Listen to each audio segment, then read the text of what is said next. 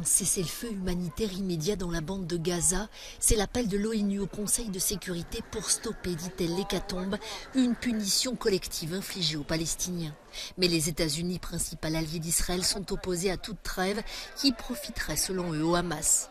Selon un nouveau décompte, plus de 17 000 Palestiniens seraient morts dans les bombardements israéliens. Les blessés continuent d'affluer dans les hôpitaux. Selon l'ONU, plus de la moitié des habitations ont été détruites ou endommagées par la guerre dans le territoire où près de 2 millions de personnes ont fui leur foyer. كل منطقة بطلع فيها بروح بجيب فرشات بجيب حرامات بجيب مخدات بجيب أغراض مطبخ بجيب كل شيء وفي الآخر بطلع في المنطقة اللي أنا فيها بسيب أغراضنا فيها وبنطلع.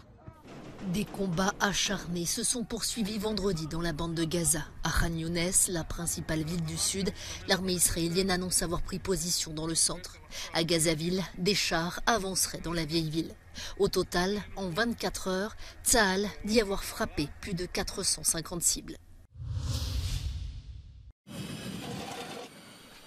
La ville de Kharkiv s'est réveillée sous les bombes.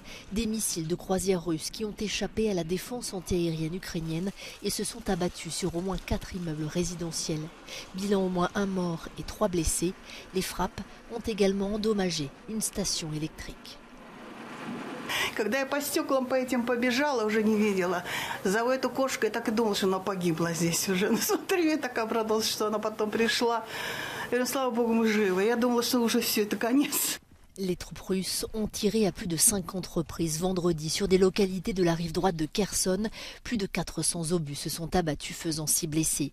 Et pas question de mettre fin au combat, affirme le porte-parole du Kremlin.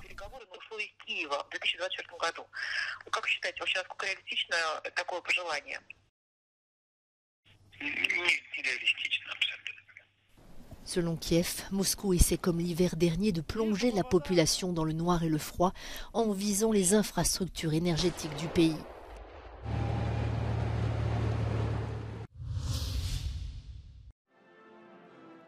Il affirme qu'il n'avait pas d'autre choix. Vladimir Poutine, 71 ans, sera bien candidat à sa réélection. Un 5e mandat que le président russe entend bien remporter. L'annonce discrète s'est faite au Kremlin à l'occasion d'un échange avec des combattants. La présidentielle se déroulera du 15 au 17 mars prochain. Не буду скрывать, в разное время у меня были разные мысли, но сейчас вы правы. Сейчас такое время, когда нужно принимать решение. Я буду баллотироваться на должность президента Российской Федерации. Sa réélection fait peu de doute après un quart de siècle au pouvoir et la répression de l'opposition. Une répression qui s'est accélérée avec l'offensive en Ukraine. La révision de la Constitution lui permet d'être candidat l'année prochaine et en 2030, ce qui signifie qu'il peut se maintenir au Kremlin jusqu'en 2036, l'année de ses 84 ans.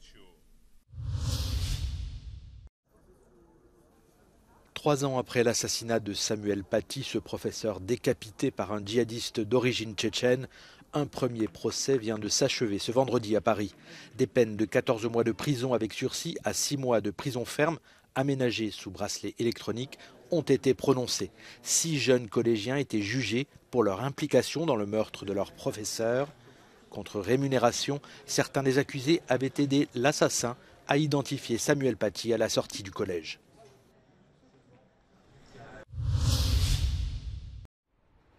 L'emblématique cathédrale Notre-Dame de Paris rouvrira ses portes dans 1 an, une date confirmée par Emmanuel Macron qui s'était donné 5 ans pour faire renaître l'édifice de ses cendres.